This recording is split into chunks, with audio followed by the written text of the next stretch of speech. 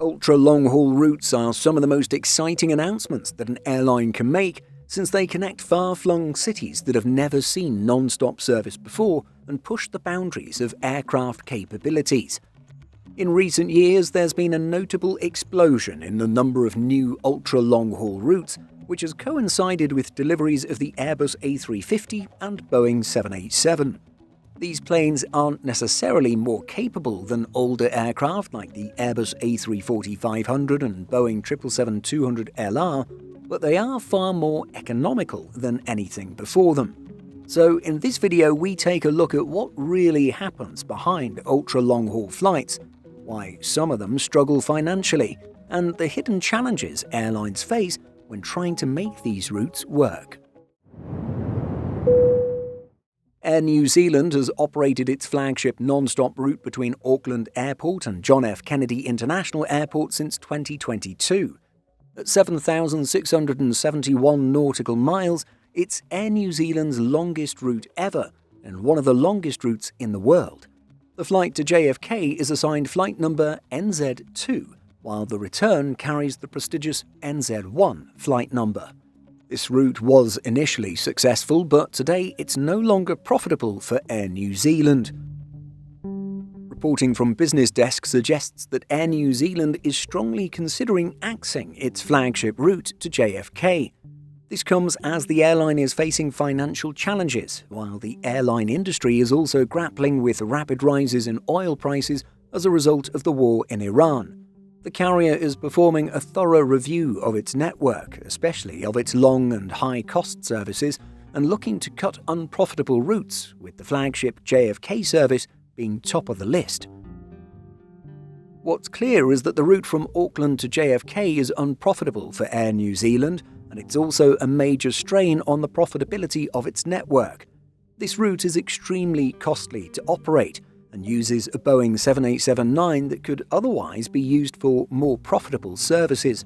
This is especially problematic as Air New Zealand's wide-body fleet is generally small and constrained, meaning that there's a significant opportunity cost associated with this route.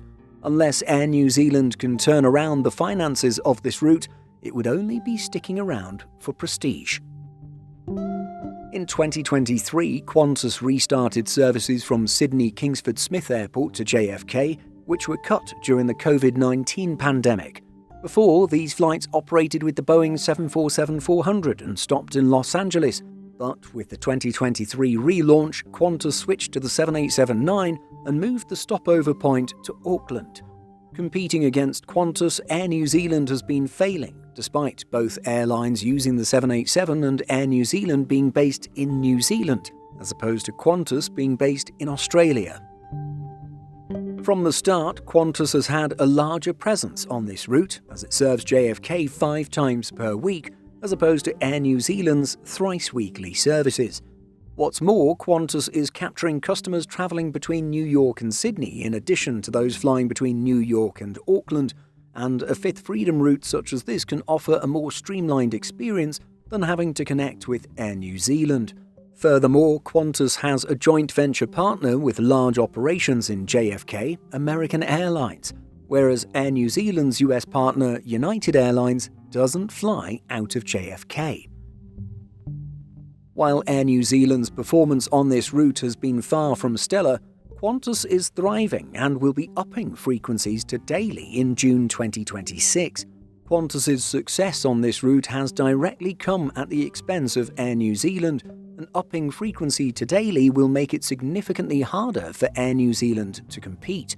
This is further exacerbated by the length of this route, as its operating costs are much higher than even a route to Los Angeles, let alone a 7 or 8 hour flight. Even though Qantas and Air New Zealand are both flying the 787-9 on this route, they're hardly the same plane on the inside. Data from Aeroloper shows that Air New Zealand has 3 layouts for its 787-9 fleet, with either 272 seats and 26 business class seats, 275 seats and 27 business class seats, or 302 seats and 18 business class seats.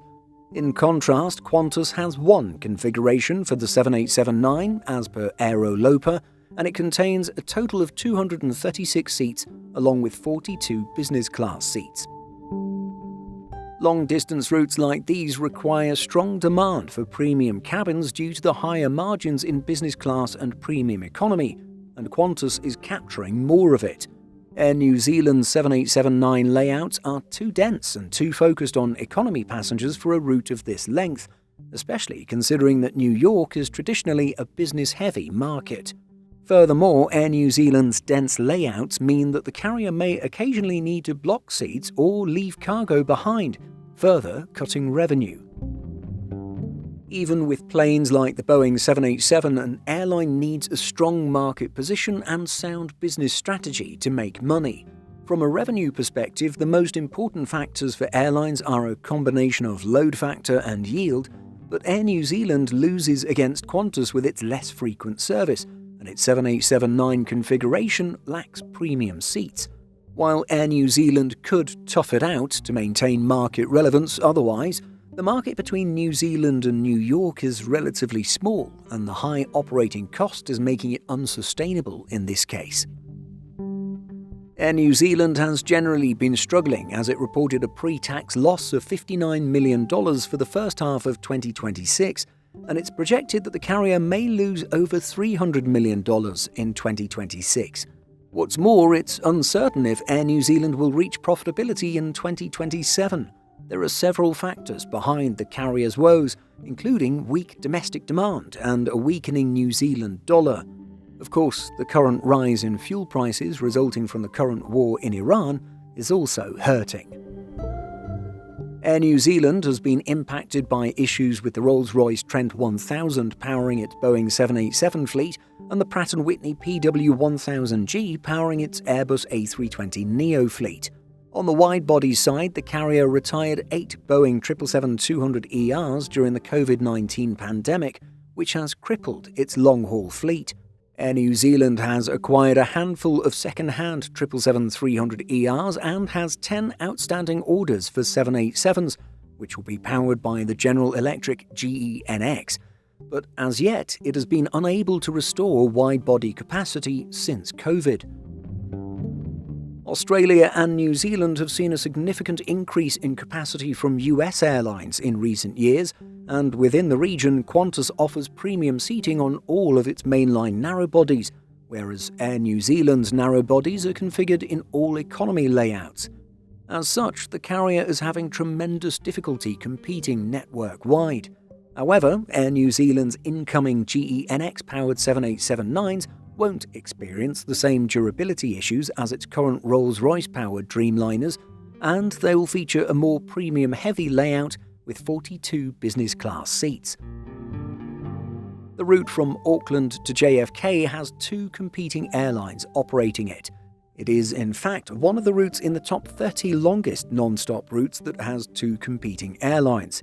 United Airlines and Singapore Airlines, which are both Star Alliance members, fly from San Francisco to Singapore and have relatively poor relations. Airlines already compete with one another indirectly, since virtually every network carrier relies heavily on connections, and ultra-long-haul routes require strong demand from business travelers who will pay a premium for the non-stop flight. Because of the high operating cost and relatively low local demand on such city pairs, there's typically only room for one airline to operate these kinds of routes. Because most airlines operating ultra-long-haul routes target premium travelers, use fuel-efficient aircraft, and lack direct competition, ultra-long-haul routes have stuck around after launching in recent years.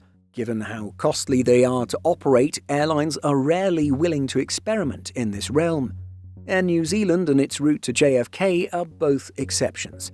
Therefore, it remains to be seen if Air New Zealand will continue to fight, possibly with its premium-heavy GE-NX-powered 787-9 in the future, or if it'll bow out and leave an Australian airline as the only option to fly from JFK to New Zealand.